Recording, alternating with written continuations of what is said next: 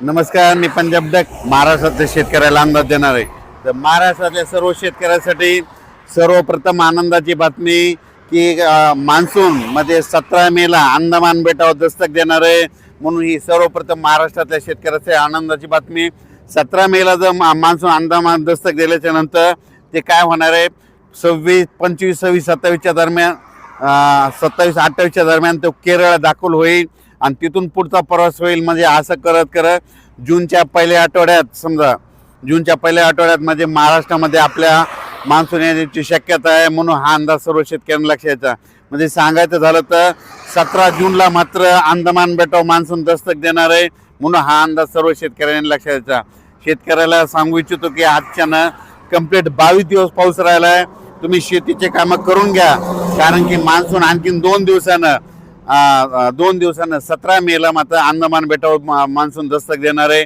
म्हणून हा अंदाज सर्व शेतकऱ्यांना लक्षात यायचा. आजच्यानं कंप्लीट 22 दिवस पावसाला शिल्लक राहिलेले आहेत. म्हणजे पाऊस 22 दिवसावर आलेला आहे. म्हणून शेतीचे कामे करून घ्या, म्हणून हे देखील सर्व शेतकऱ्यांना लक्षात यायचं.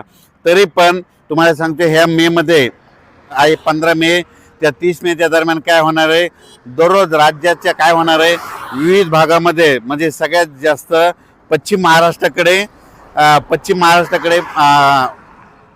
मान्सून पूर्व अवकाळी पावसाचं हे सावट चालू राहणार आहे. म्हणून हा अंदाज सर्व शेतकऱ्यांनी लक्षात घ्यायचा.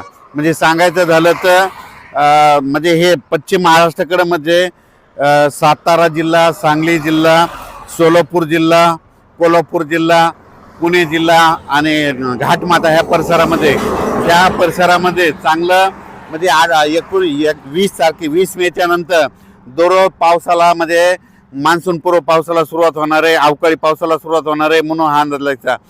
हा पाऊस राज्यभर सगळीकडे पडणार नाही, मात्र पश्चिम महाराष्ट्राकडे मध्ये काही जिल्ह्यामध्ये जरा जास्त पडणार आहे. म्हणून हा अंदाज लक्षात. संपूर्ण महाराष्ट्रात मात्र ही अवकाळी सध्या नसणार आहे.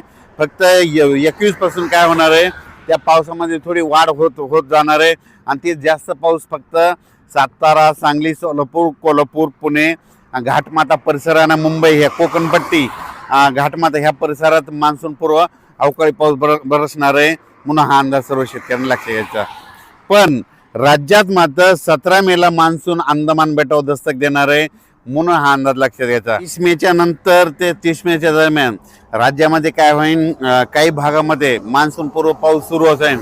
हे पाऊस सर्वदूर पडणार नाही, पण त्याच्यामध्ये विजेचं प्रमाण जास्त असल्यामुळं, वाऱ्याचं प्रमाण जास्त असल्यामुळं शेतकऱ्यांनी स्वतःची काळजी घ्या, आपल्या पाळीव प्राण्याची घ्या. कारण की 20 मेच्या नंतर बऱ्याच ठिकाणी अवकाळी पावसाला म्हणजे सर्वदूर राज्यभर पडणार नाही. फक्त काय होणार आहे, ते पश्चिम महाराष्ट्राकडे जास्त मान्सून पूर्व अवकाळी पाऊस सुरुवात होणार आहे.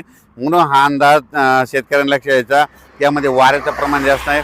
पण हे सर्वप्रथम खास करून आजचा जे अंदाज देण्याचा उद्देश आहे, 17 मेला मात्र मान्सून अंदमान बेटावर दस्तक देणार आहे आणि तिथून 10 दिवसांना केरळपर्यंत येणार आहे आणि तिथून पुन्हा 5-6 दिवसामध्ये महाराष्ट्रात दाखल होऊ शकतो. म्हणून हा अंदाज लक्षात. त्याची अपडेट आपण दररोज देणार आहे.